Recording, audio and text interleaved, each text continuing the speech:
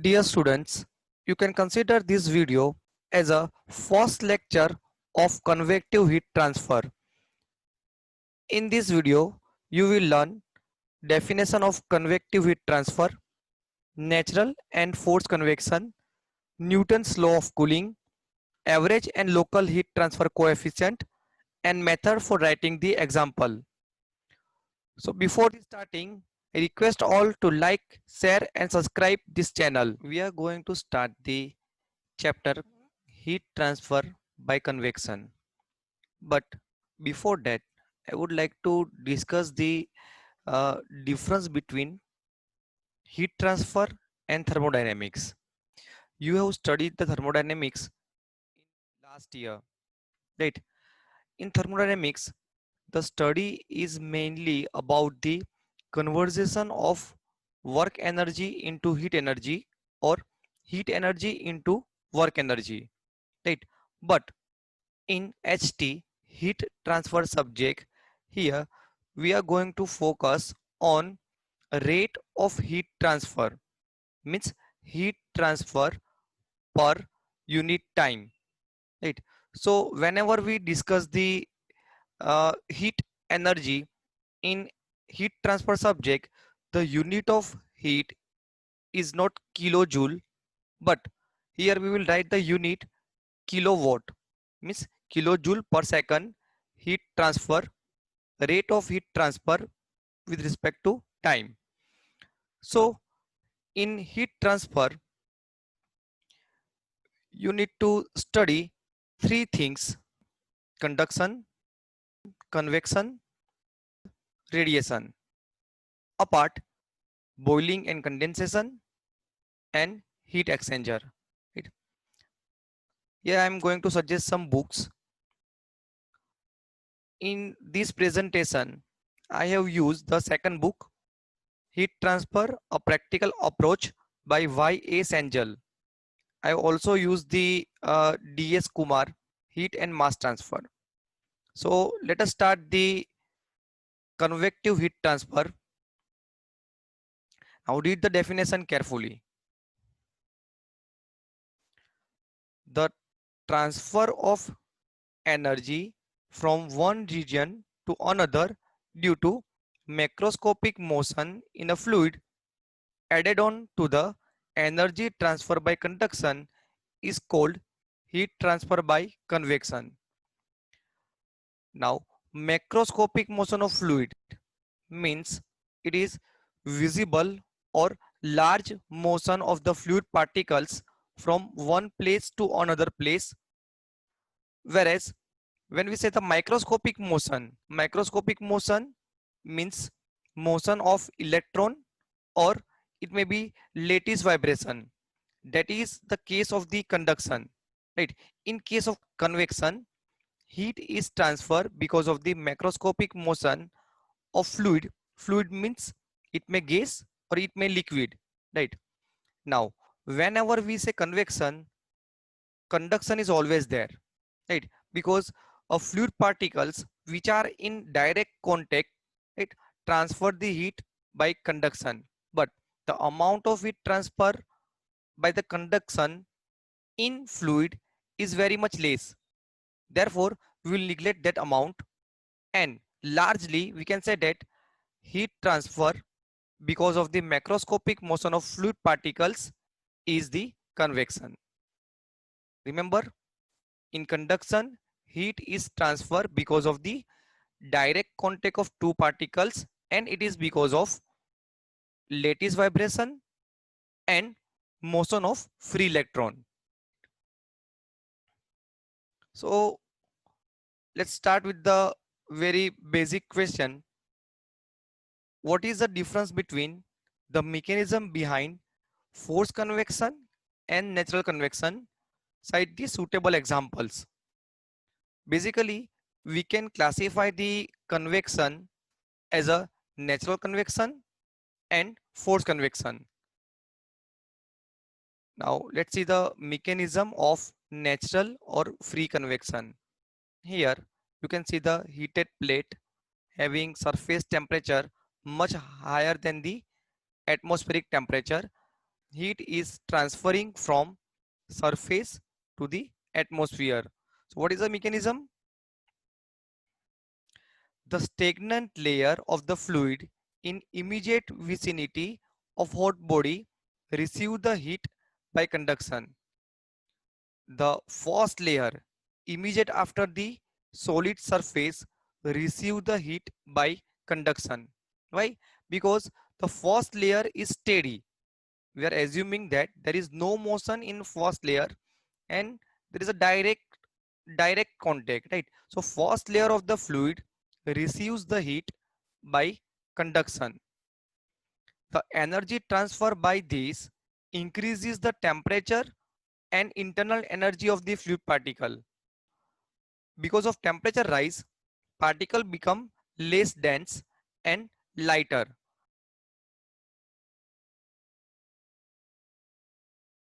The lighter particles move upward in low temperature region, and the heavier particles from the upper region moves downward as the density is higher than the mix with the cold particles and transfer a part of energy. Simultaneously, cool and heavier particles move downward to fill the space vacated by the warm particle. So the motion of hot particles and cold particles causes the current of the convection, and this current is set up because of the gravitational force. So this is the mechanism of natural or free convection. Now when we say forced convection, we employ some device like pump, fan, blower, or even atmospheric wind. Now because of the motion in a fluid, heat transfer is much higher in forced convection with compared to the natural convection. In fact, higher the fluid velocity, higher the rate of heat transfer. Advantages and disadvantages of natural convection. Now, what are the advantages of natural convection? Number one, there is no power consumption, no bulk flow and no power consumption, no noise, quiet operation, and hardly any vibration. What are the disadvantages? Heat transfer coefficient are low. Heat transfer rate in natural convection is very much low. It depends on orientation. Means the heat transfer rate from the vertical plate, horizontal plate, or inclined plate is different, and it is difficult to control the heat transfer rate. Now, if we say the advantages of the forced convection, so what are the advantages? Heat transfer coefficient or heat transfer rate is very high in forced convection. There is less dependency on orientation and it is easy to control. And what is the disadvantage of the forced convection? It requires power, operation is noisy, and there is vibration. Right. Now, examples. Design of house heating, furnace, architectural project, road, concrete structure, all these are concerned with the free convection. Means we are assuming there is no wind, then all these designs are concerned with the natural convection. Whereas cooling in IC engine, air condition installations, refrigeration, nuclear power plant, condenser, or any heat exchanger are the examples of the forced convection. Now, in conduction, you studied the Fourier law. The convection is defined by the Newton's law of cooling. So the question is, state the Newton's law of cooling and factor affecting convective heat transfer coefficient. Convective heat transfer or convective heat transfer coefficient strongly depends on number one, fluid properties like dynamic viscosity, thermal conductivity, density, and specific heat. Number 2, fluid velocity. Number 3, geometry and surface roughness. And number 4, types of fluid flow. It means it may laminar or turbulent. Now, Newton's law says that convective heat transfer is directly proportional to the surface area and temperature gradient. Now, if we remove the sign of proportionality, we need to introduce one constant. That constant is H. So, Q convection is equal to H AS into delta T. Here, H is convective heat transfer coefficient, AS is the surface area, TS surface temperature, and T infinitive is the ambient temperature. Remember, this difference is always positive, means higher value minus lower value. Again, remember that whenever we calculate conduction or whenever we consider the conduction, we consider the cross section area. Whenever we calculate for the convection, we always calculate the surface area. Now from this equation, we want to derive the unit for convective heat transfer coefficient H. So H is equal to Q convection divided by surface area into temperature difference T surface minus T ambient. Now we know that the heat is measured in kilojoule, right? But here we are talking the heat transfer. So whenever we say heat transfer, it is kilojoule per unit time, right? And joule per time means joule per second is the watt. So the unit of Q convection is watt or kilowatt. Unit of area meter square, and unit of temperature is Kelvin. So the unit of convective heat transfer coefficient is kilowatt per meter square Kelvin or watt per meter square Kelvin. Now heat flux. Heat flux small q convection is equal to heat transfer per unit area. Total convective heat transfer per unit area is known as heat flux. So the unit of heat flux is kilowatt per meter square. Now this one is an important question. Define the local heat transfer coefficient and average heat transfer coefficient. State the relation between them. So why we are talking the local and average? Here in figure you can see the cross section area of turbine blade, or even you consider this simple one horizontal flat plate. The surface temperature is Ts, which is higher than the ambient temperature. Now the rate of heat transfer from the distance here in this direction, x is equal to 0, in this direction y is equal to 0. So from x is equal to 0 to x is equal to L, the rate of heat transfer may not be remain same. Similarly for the surface, for entire surface, the rate of heat transfer and convective heat transfer coefficient H is not uniform, right? So in this case, we have to define the local means at particular point, say for this point, for this point, for this point, right? So in that case, we have to consider small elementary strip. We calculate H local for that strip, and for number of such strips, if we do the integration, we get the average value.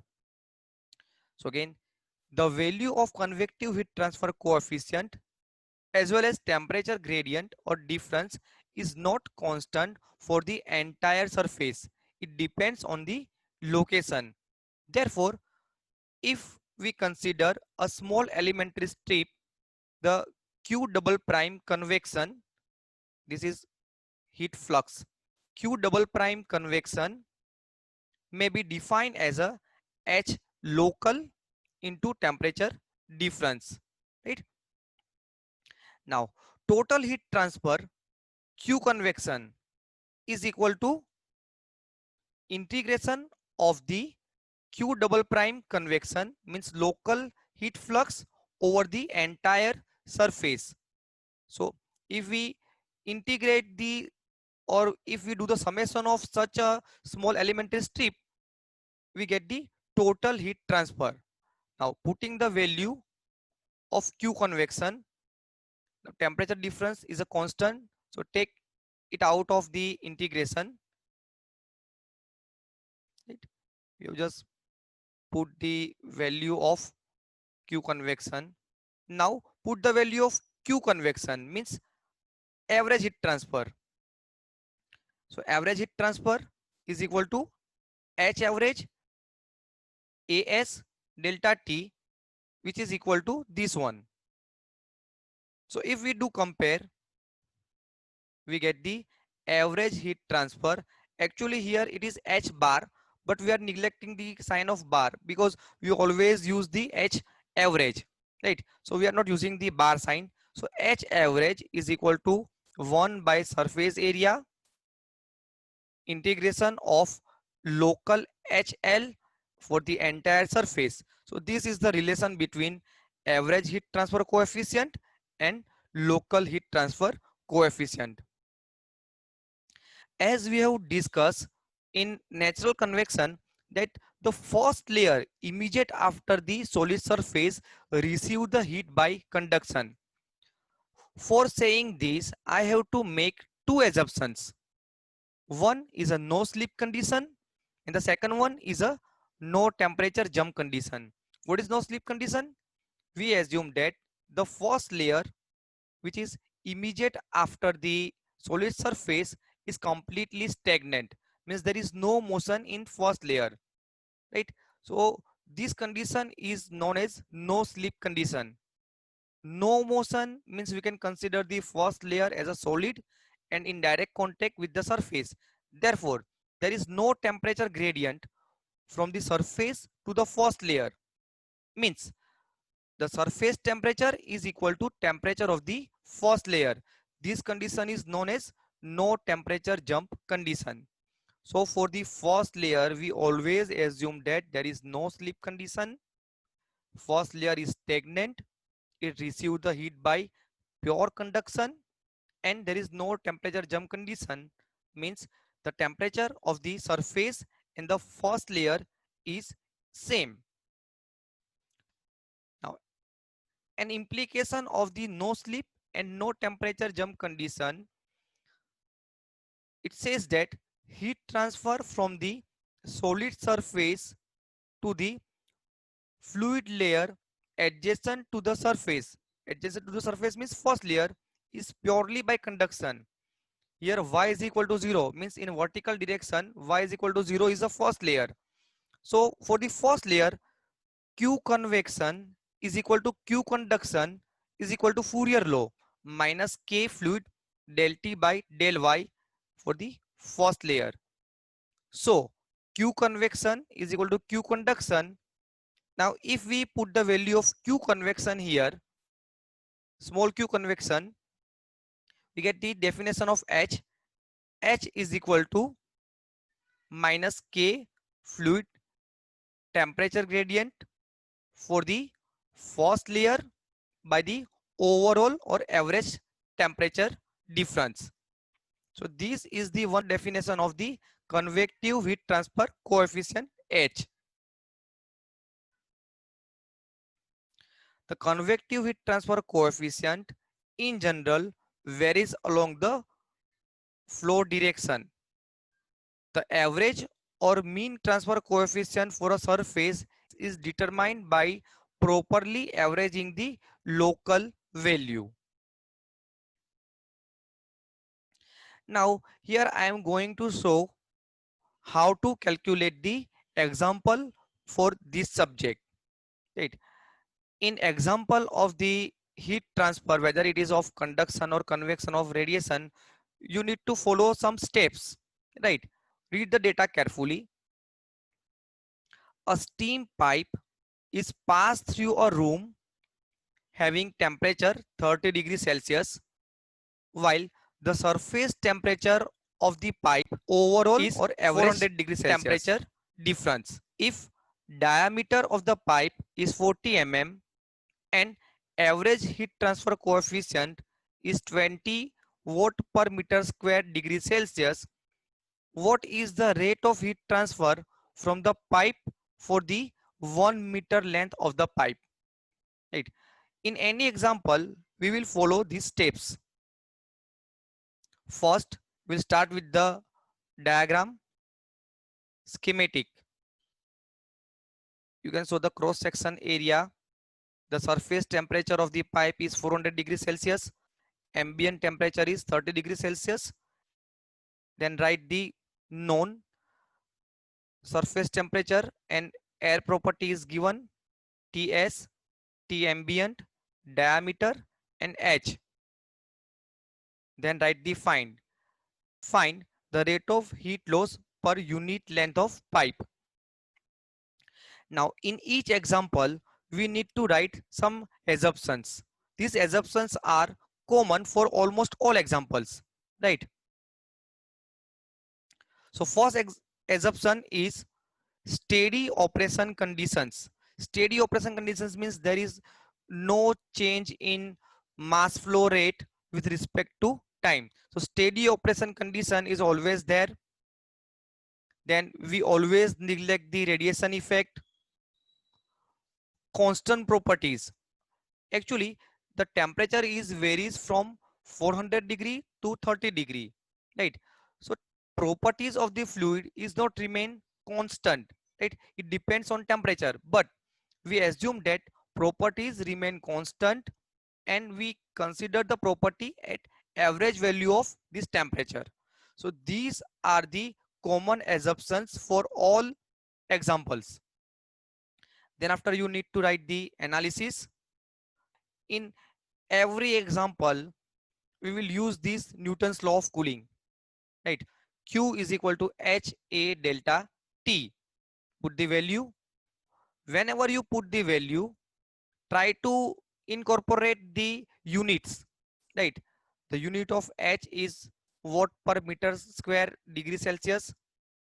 Pi dl meter square. And temperature, so we get the value 0.93 kilowatt. And at last write the answer, means comment: 0.93 kilowatt of heat loss from the pipe to the atmosphere. Here L is taken 1 because we need to calculate for the unit length, right? So this is the pattern for calculating the example. First, draw the schematic. Second, write down the known. Then find assumptions, analysis, and at last comment. So here, ending this video, your comments are welcome. If you have any question, query or doubt, you may post it in comment section. Hope you enjoyed the learning and don't forget to subscribe the channel.